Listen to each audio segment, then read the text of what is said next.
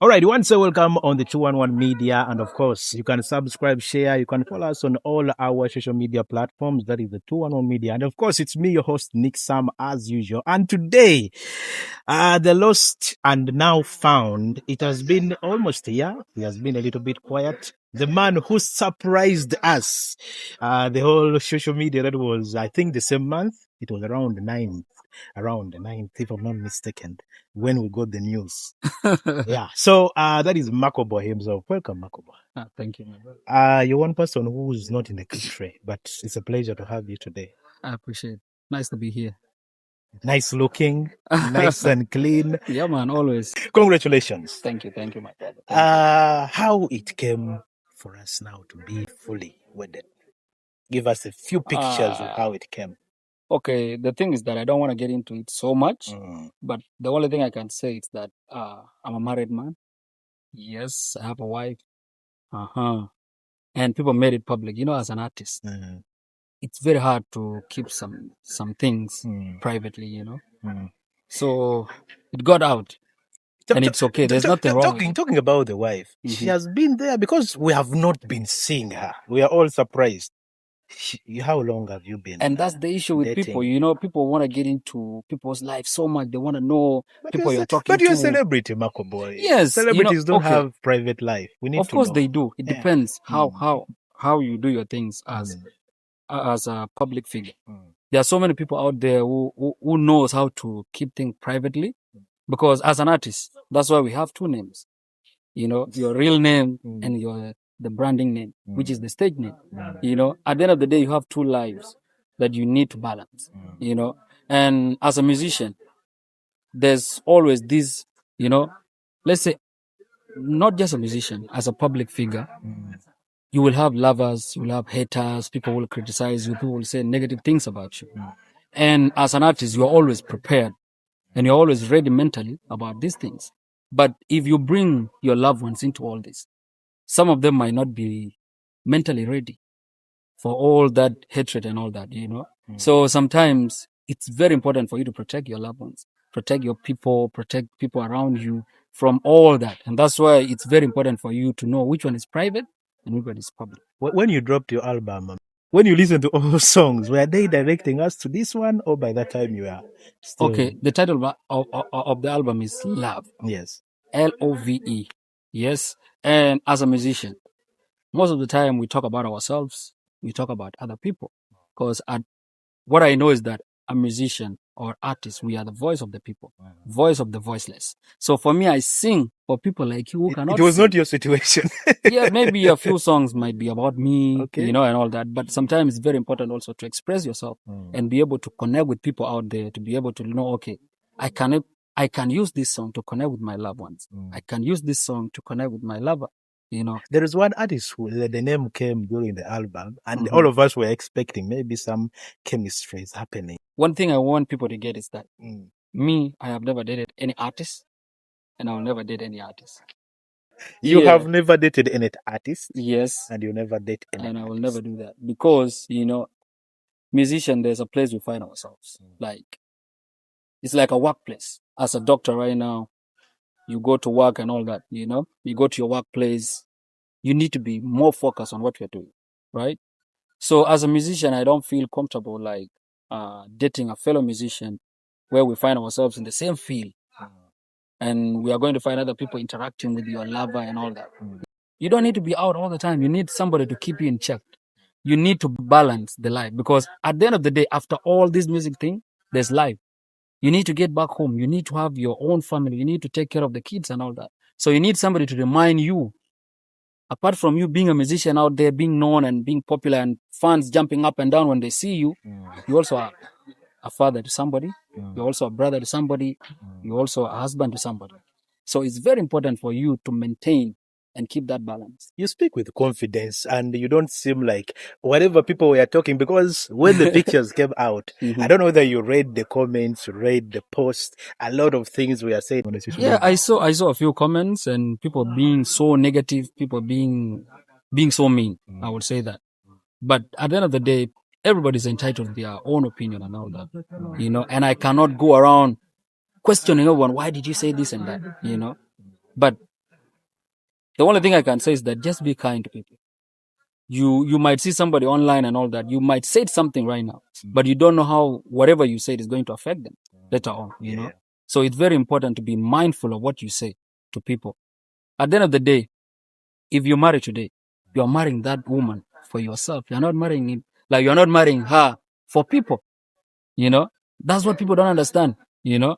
And at the end of the day, people need to respect, you know? I cannot just jump online and be like, oh, so and so, they're like that and that. No. So there's not any hidden agenda within this relationship. Like some No. people, the way they say it, that they're after something. Even they relate with you to one artist we have who is all away in Australia. They're like, maybe. Hey. Okay, you know, our people, we have that mentality where we believe if you marry somebody from there, there's always hidden agenda, as you say. The same thing when people from there, they come and marry our girls. Do we feel the same way? No. Of course not. So it's about connection and love. And when you marry somebody, you know, marriage is a lifetime thing. It's not something that you just do because you want to get something out of it. No, it's you marry somebody, you know, that person is going to be your partner. You will build a life with, and somebody you have already known very well, you know. So at the end of the day, I'm the one who knows, you know. Not the public. Not the public. The good thing you And said, you don't marry for the public. of course, you know, at the end of the day, people have their own opinion, and I can't judge or stop anyone thinking otherwise. But at the end of the day, I'm the one who knows the truth, and I'm true to myself. I'm true to my skeleton. Look in the camera and tell those who said it will end in tears. Look them in the camera and give them a message. What I will tell you is this: when God say yes, no man can say no. You understand? So, what was the secret bit behind you keeping quiet for the year? What were you cooking? Okay, I was just busy, caught up with other things. As I said before, you know, apart from just doing music, there's life at the end of the day. And I believe my fans, they've always been waiting and asking for me to drop something, which is very important. But at the end of the day, I was also trying to change something from my music. I want to sound a little bit different because I believe people have been listening to the same Macco Bwoy. It's going to sound dancehall. It's going to sound love and all that, you know. But I want to bring something else to the table. You know, even in, you know, sometimes when people eat the same food, they get tired. Yeah. And as an artist, sometimes you do the things you are doing, but if you want to grow, you go back to the drawing board and be like, okay, I want to change a few things there and there for you to be able to grow. For me, I feel our music is stuck. The entire South Sudan music industry is just stuck in one place. Yeah, we are not moving forward. We are not gaining new fans from outside. Speaking of being stuck, you're a person who have moved a little bit out of South Sudan. Well, at the end of the day, all these South Sudanese artists you see going to perform anywhere else in the world, they still go and perform to South Sudanese. They don't go and to perform to Ugandans, Kenyans. You go to Kenya, you go and perform to South Sudanese in Kenya. You go to Uganda, you go and perform to South Sudanese in Does Uganda. it not make it an international show or a concert? There's a difference between international show and just a normal show, like a local show. You are not growing. These are the same audience that you've been having 2 years or 3 years ago. But for you to be able to grow, we need to, you know, to try new things. Our people here, they fear new things. Especially our artists, they fear new things. Our fans also, they like criticizing everything.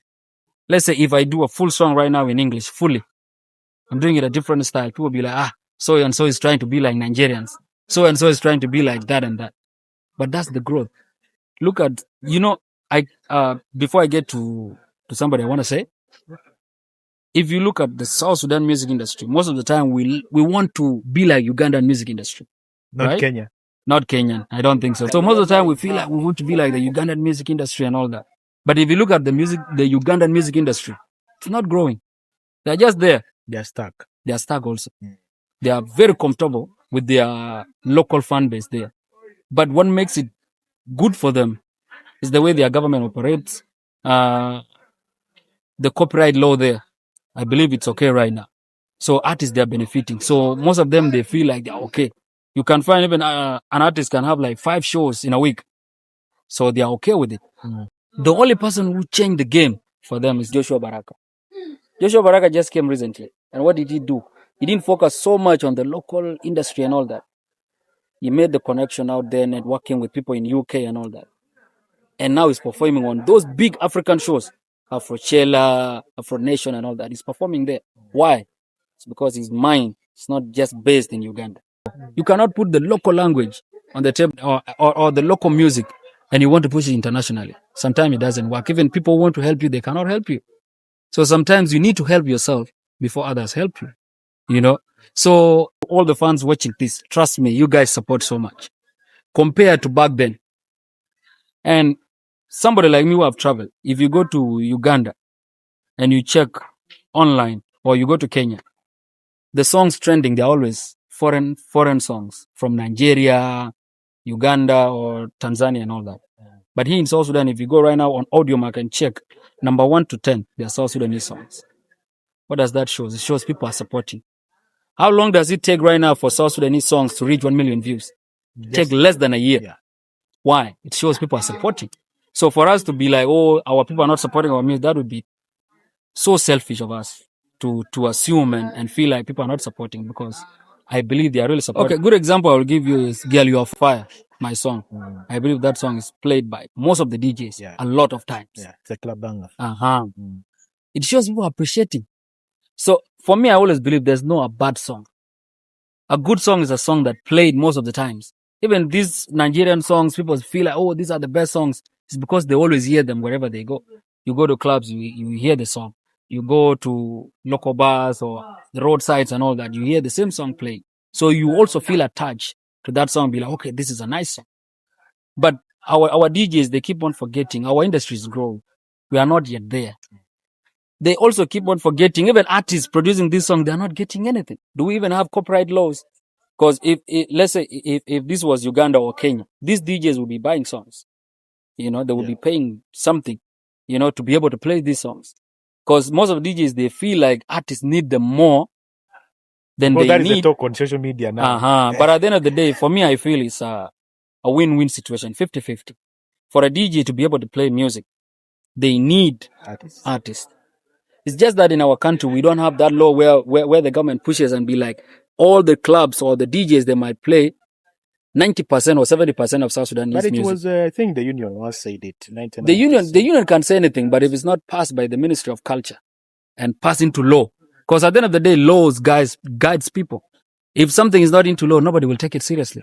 So if DJs feel like, oh, we don't need artists and all that, it's okay, they can say that. But now the law will demand them.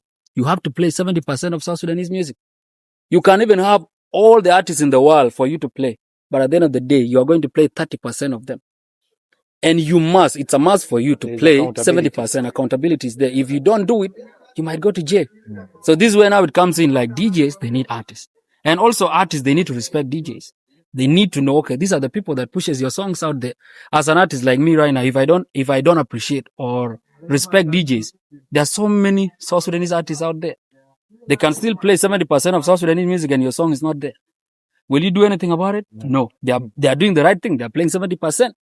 But your song is not among them because of the way you behave.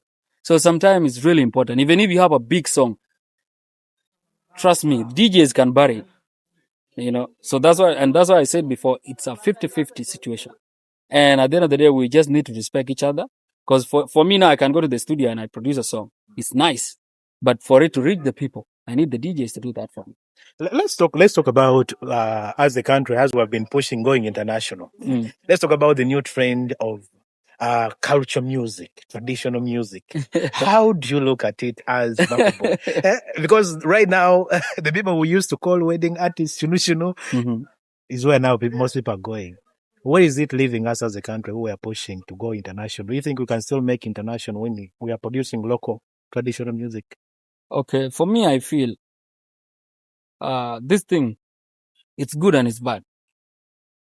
Okay. I would say it's bad because if we keep on producing the same thing, that we know this is just because when you look at these songs or this type of music that we are doing, most of the time it goes along tribal lines. Yeah. You find Dinka, they have their songs that are vibing to. Other tribes in South Sudan, they don't even go with it. You find Nuer, they have their local songs that they feel this is the biggest song in the country in their own way there. But some section of the country, they don't even know about that. You go to other tribes in South Sudan, they have their songs that they feel this is the biggest song, this is the biggest song. So we don't have songs that unite people. But at the end of the day, the good thing about TikTok is that whatever that is trending, People will just vibe to it, you know? No matter where it's coming Yeah, from. they will just vibe to it, which is good. And I feel it's okay because at the end of the day, culture is very important. And it's very important for us to embrace it and love it and appreciate it. But we need to be more creative with it. For us to be able to push it out there, we need to be more creative and be able to create something that can be consumed internationally. People will be like, okay, this is nice. I can listen. Is it another way of creating our own sound, like the talk has been going on Of from course, the years? of course. And this, I think it falls on the producers. We have one problem in this country where like we have artists producing with Ugandan producers. At the end of the day, that producer will give you a Ugandan sound. Definitely. Where do you want them to go? No, I don't want them to go anywhere. But for those artists who are very ambitious and be like, we need to create something different. If you go to a Ugandan producer and you don't guide them, they will give you the sound of Ugandan music.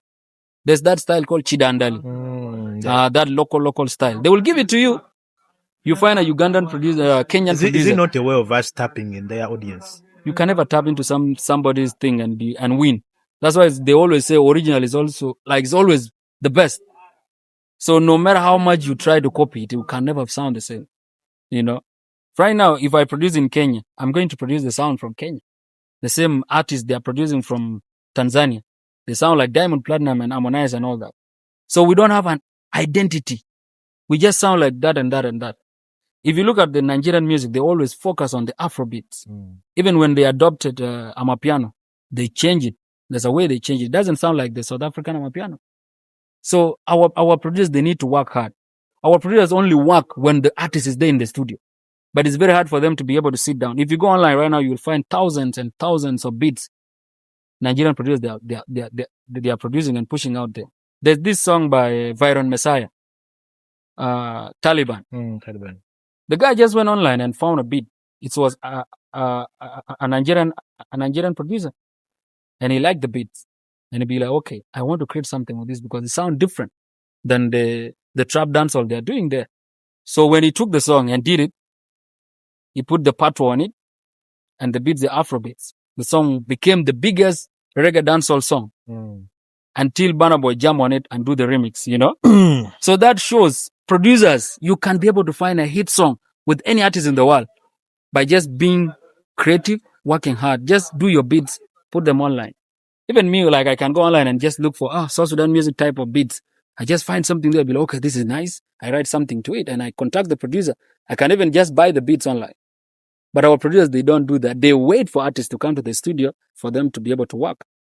But at one time I had a producer saying the issue also comes to you artists, that you come, you pressure them, you be like, give me a beat, I want to release this song tomorrow. The next day, that pressure makes them not to create.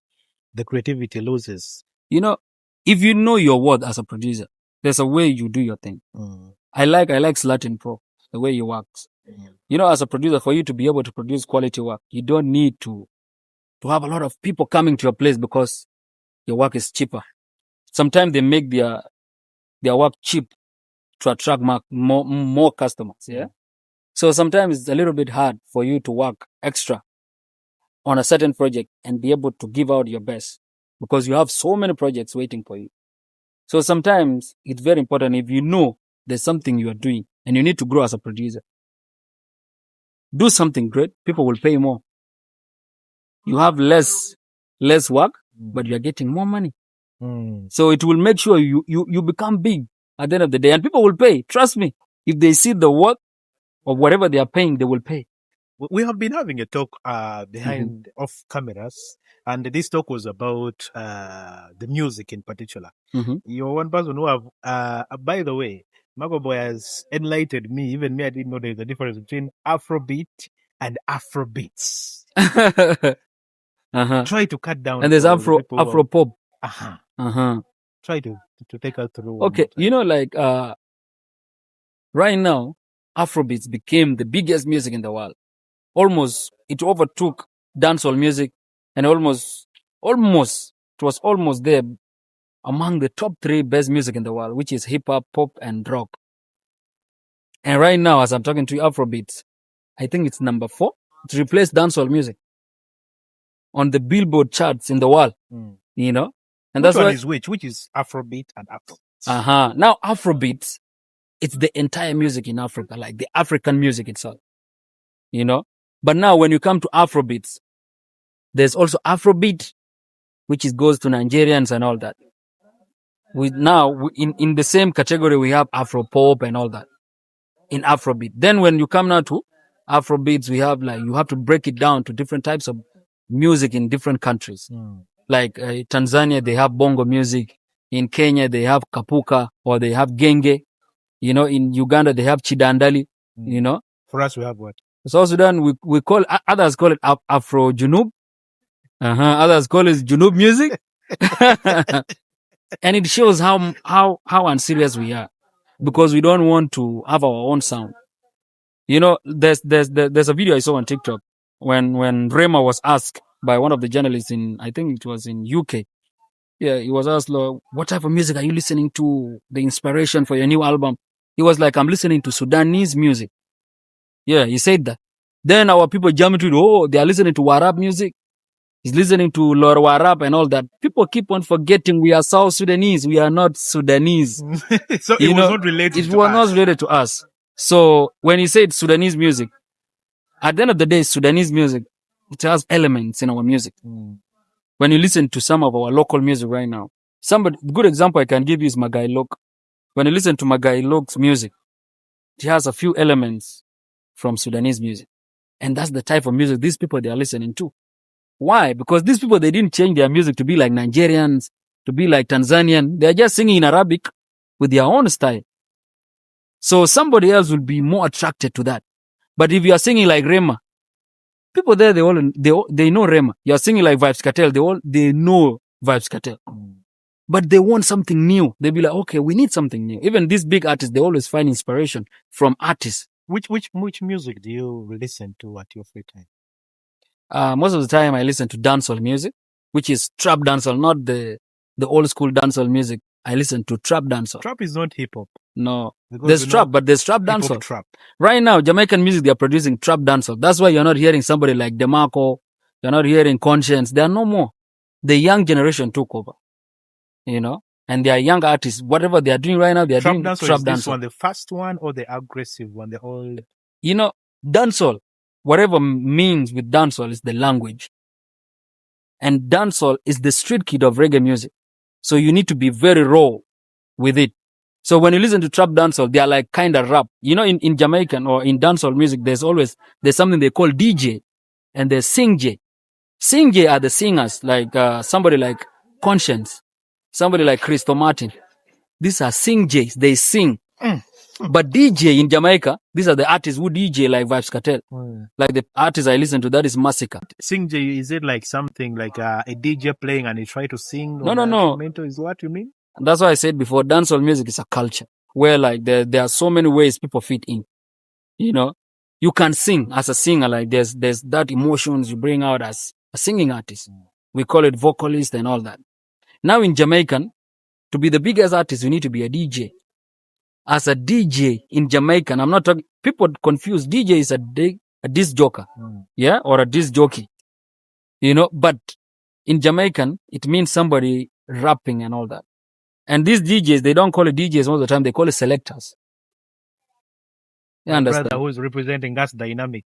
Yes. I'm getting you. That one is a sound boy. He's a sound boy. People don't understand, be like, oh, he's a DJ. No, Dynamic is a sound boy. And trust me, shout out to Dynamic. I saw a couple of videos of him performing at Sunfest in Jamaica. Sunfest is the biggest reggae show in the world. And he was performing as a soundboy. Soundboy, these are the selectors competing. I thought soundboy, they are the people who connect the cables. No, soundboy, they are kind of selectors. But they compete. What you do, you get duplets. There's something called duplets, right? If I have the biggest song like Girl, You Are Fire, you will come and talk to me like, man, I need a duplet of that. And I'm going to play it in a competition with so and so. So I'm going to record the same song, bigging you up on it. Oh. You understand? Oh. I'm getting it. I think that's why we saw him with Boji Band on sound. Even you hear sounds from Vybz Kartel, crocodile sound from Nile and all that. But you hear the sound is familiar, it's like a song you know, but the lyrics, they're different. But my DJs call it a People drop. paid for that. Sound drop. No, drop is when you're talking about, oh, yo, selector, big up on yourself. When I be like, oh, DJ so and so, run the thing. That is not a duplet. It's a drop. That's a drop. But duplet now is when you sample a kind of song and you sing it in a way that you are picking that the DJ up. So, like this song of Single D did for Selector T. Is it a duplet? No. That's like a collaboration.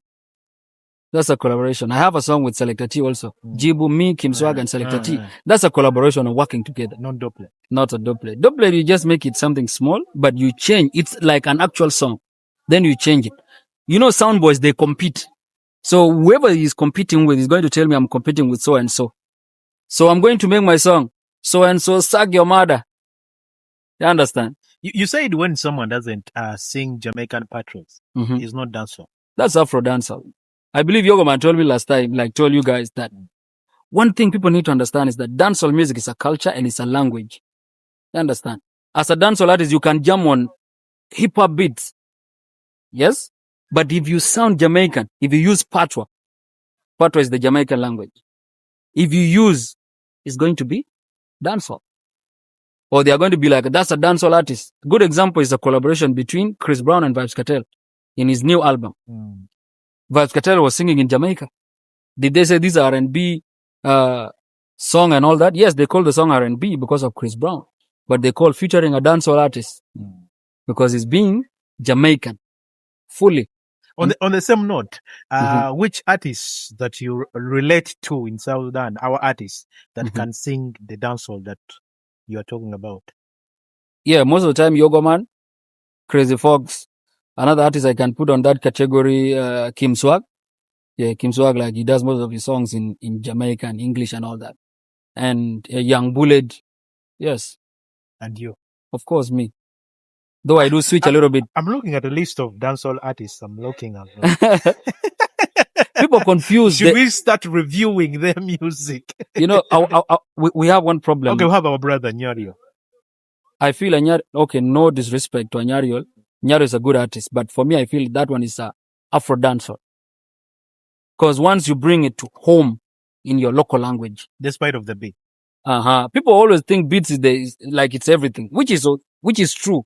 But sometimes when you listen to our beats, they sound a little bit of Ugandan music. They sound a little bit of reggaeton. And reggaeton is a music from Latin. Latin, they do reggaeton, kind of dancehall. When you listen to it, you'll be like, okay, this is what they are doing dancehall. But because of the language, it means this is not dancehall. Good example I'll give you is, I will ask you this. Do you think Ruga from Nigeria is a dancehall artist or Afrobeats artist? Afrobeat. Why? Because their music is rated as the Afrobeat. Afro but the beats, his beats, if you listen to his beats. We call it Afro dancehall, I think. If you listen to his type of music, and if you understand it very well, you will know this is a kind of dancehall music. If it's in South Sudan, you will call him a dancehall artist. But what if I use my local language in that hot, aggressive beat? Like the likes of Vybz Kartel they use. Is it not? Vybz Kartel speak in patois. They sing in patois. I mean the beat. If I rhyme on the beat. Beat is not the music. Like you cannot categorize a certain genre just because of a certain type of beats. There's a certain elements in their music that you'll be able to be like, okay, this is dancehall music and this is hip hop. In hip hop right now, you have to rap, right? If you give me hip hop beats and I start singing on them, are you going to call that a hip hop song? Of course, you want me to rap on it to be a rapper, right?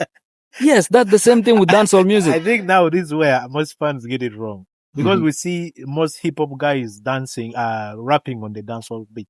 The likes of Young Boy and still related to hip hop. And that's why I said before, these people, do you know why I like them? They are being original. They are being themselves. They are not singing in English. They're singing in Arabic. They are rapping. Yes, we call them rappers because they are rapping. But are they rapping on a hip hop beat? No. Most of the time we call them hip hop artists, yes? But for me, I will just call them rappers. But they are doing something nice, something that anybody else will listen and be like, okay, this is nice. So what you're trying to mean, rap doesn't fall on hip hop? Yeah, you don't need to put yourself in a box to be like, okay, I'm a hip hop artist. I'm just going to rap on certain beats and all that. One thing about our music industry, and this is why I respect Young Boy, he understood the assignment of our industry and knew that our people They cannot listen to rap music entirely. You cannot rap for 5 minutes like Kendrick Lamar and you think people listen to you. That's why when you listen to his songs, he sings also. He creates his choruses. Something that when people listen, it's going to capture them. And people will want to listen more. And then now on the verses, he will rap and explain himself and express himself in another way for you to get whatever he's trying to put out there for you. But if you just rap, trust me, nobody's going to listen to that. Now, what is the difference between reggae dancehall and dancehall? Yeah, there's reggae and there's dancehall. According to me and the way I understand it is that when you come to the world billboards, they put it reggae and dancehall because they move together. But they are different types of music, but they come from the same country, you know. So when it comes to reggae, you can put people like Junior Gong, the sons of Bomali. You can put Protege there. You can put other great reggae artists, you know, the one we're doing music currently. Somebody like Chronix and all that. And also on dancehall side, you can put somebody like this guy, Vybz Kartel. You know, last year, Vybz Kartel was nominated for Grammys, but he was still under the same category of reggae and dancehall. And then the son of Bomali won, and he was announced the best reggae artist of the year. You know, even if Vybz Kartel won, they are going to call it reggae and dancehall because they move together. It's just that one is a street kid and the other one is sending out the messages. I think this is one thing our organizers, they need to know about. People always be like raga dancehall. Raga is there, but raga is like that's an African way of putting it. If you listen to somebody like Shaggy, somebody like Sean Paul won Grammys. He was doing dancehall, but he was doing it in an international way where like people out there can listen to. And it's like a club thing. You understand? Good example I gave you about Nigerian before. Somebody like Patoranking, they always call him reggae dancehall artist or a dancehall artist. Yes. Why? Because of the languages he used. When you listen to My Woman, his verses, he's singing in Patois. And that's what makes him, like, he stands out. A good example was Burna Boy. When Burna Boy came out, he was doing pure dancehall. Even right now, in some of his songs, when you listen, he's just doing dancehall and all that, you know? But he came to realize, like, people are not listening to this. People are not gravitating to him because he's not original from Nigeria. So he went back to the drawing board, changed the entire music, and came back differently. All right. Anyway, as we are signing out, this same month, Macco Bwoy is dropping something new, despite of being quiet for the whole year. But before he tells us what is going to drop, he told me in his free times, he sometimes listens to country music. And this was a big surprise for me, by the way. You know, country music is really good for your soul. You should try that. Trust me, country music is good. Oh my God. I'm looking at Macco Bwoy listening to country music. Who could believe that? It's like when you're listening to Mohamed Wardi from Sudan.